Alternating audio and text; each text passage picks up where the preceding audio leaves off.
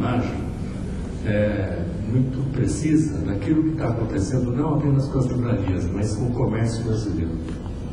De forma geral, está sendo um processo de oligopolização acelerado do comércio, com prejuízos grandes, né? Eu pensei aqui em abordar essa questão como consumidor, e eu acho que se a gente vê esse processo do ponto de vista do consumidor, a gente vê que tem um prejuízo grande para o consumidor.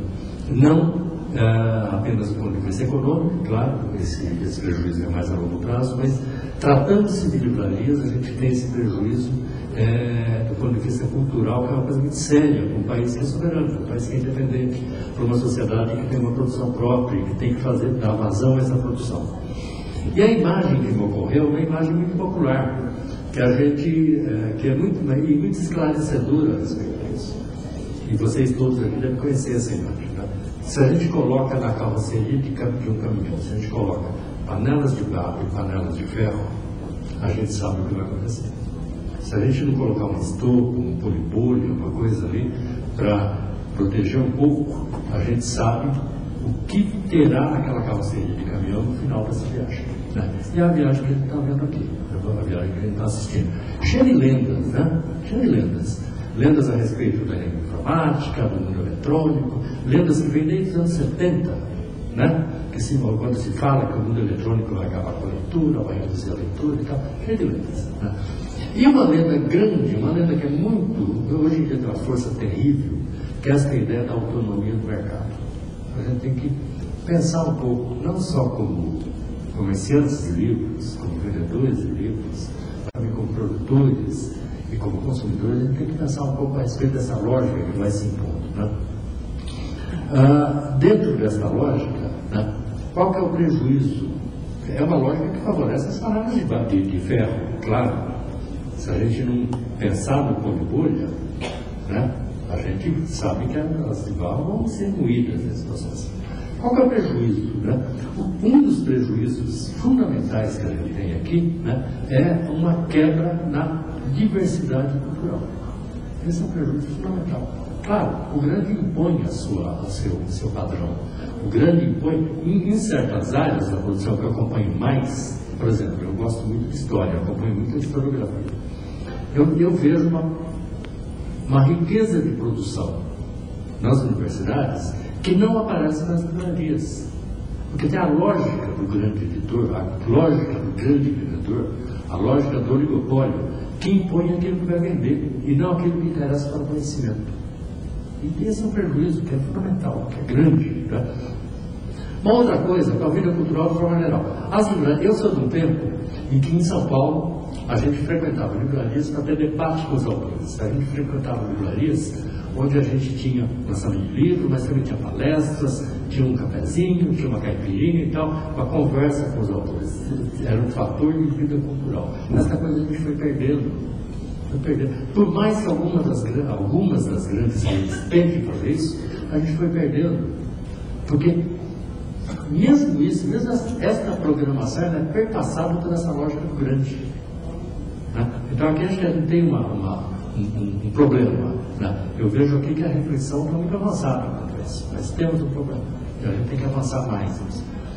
A outra questão que tem, que eu acho que é um prejuízo brutal, não só para quem comercializa livro, mas é um prejuízo brutal também para quem consome livro, quem precisa de livro, são essa política de compra de livro pelo governo federal, que favorece apenas o grande. Eu não vejo, dentro dessa política, a cobrança de uma contrapartida real que favoreça o leitor, que favoreça o pequeno livreiro. A gente anima uma exigência de contrapartida que faz uma defesa difusa da leitura. Faz a defesa da leitura em tese. Né? Isso é importante, claro que é. Se você não faz a propaganda de uma coisa, é coisa no caminho. Mas é necessário, na minha opinião, é necessário que uma editora como a Ática, por exemplo, eu vou citar o dado da Ática, que é um dado, conheço gente que trabalha lá, né? E teve um dos anos aí que a Ática faturou, vendeu para o governo 28 milhões de reais de livros para serem distribuídos. Há um mérito nisso, claro que há. Mas Vamos imaginar, se a Ática fosse obrigada a usar 1% disso, de 28 milhões para 280 mil, 1% disso, para produzir livros mais baratos, para comercializar livros mais baratos, acho que ganhávamos todos. Acho que ganhávamos todos, ganhavam os leitores, ganhavam os autores, ganhavam as livrarias. Acho que aqui a gente tem uma coisa também que a gente devia pensar um pouco sobre isso, né? Trabalhar com essa ideia, né? De a gente ter uma política pública efetiva a partir deste volume imenso de livros que é comprado pelo governo federal. A gente tem uma política efetiva que favoreça os pequenos, que favoreça o consumidor, que favoreça o leitor, né?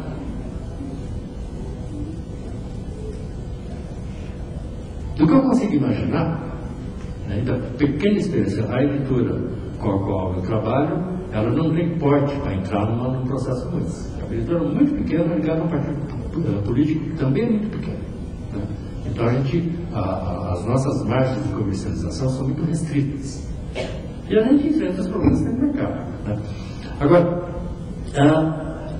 eu acho que essa política de compra de livros pelo governo acaba afetando, né? Primeiro, nessa falta de contrapartida. A contrapartida que existe, ela é mais simbólica do que real, na minha opinião. Eu acho que a gente teria que cobrar mais. Nós todos, livreiros e consumidores, teríamos que cobrar mais. Há um problema aqui também na distribuição, né?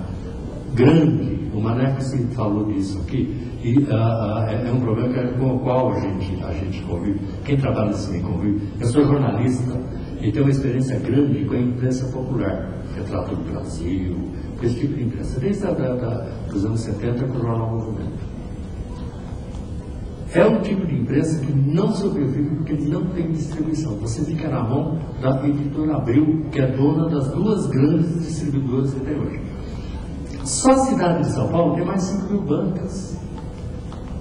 Você não tem logística para colocar revistas. Se der livros, que é o país, tem que espalhar pelo país. Você não tem logística para colocar livro em cada banca. É um problema que estrangula qualquer projeto, qualquer processo. É um problema mais grave que tem aqui.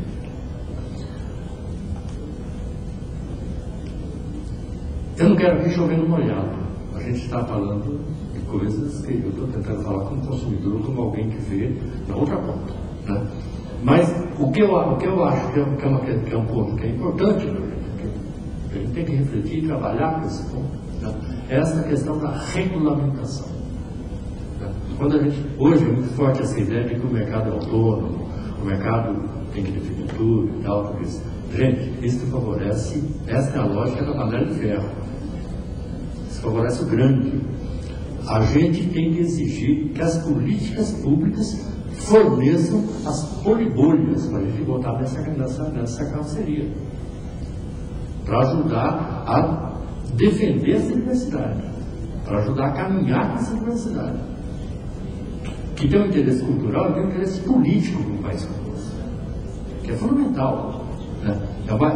É uma tristeza quando a gente vai numa livraria, a gente vê, não que não seja importante, é claro que é importante, você vê lá um conjunto de livros estrangeiros traduzidos, é muito importante, mas cadê a produção nacional? Mais relevante. Tem também, é claro que tem, uma produção nacional grande, né? A gente não pode estar aqui desprezando isso. Tem uma produção grande. Mas, gente, aquele espantalho que o pessoal estava fazendo aqui em relação à palestra de manhã, que eu não vi, de ontem, não lembro, né? Aquele espantalho, ele também está em ação da produção nacional. Se a lógica do mercado prevalece, agora a lógica do mercado vai passar em cima de nós, como um trator, vai atropelar tudo isso. Então, esta questão da gente ter uma política pública, essa política pública ela tem que ver a produção do livro, tem que favorecer, tem que apoiar, tudo isso e tal, mas ela tem que também relativizar o poder do mercado. Trata-se de bens culturais. Aqui a gente não está vendendo sabonete. A Milena falou da Johnson ali. A Johnson,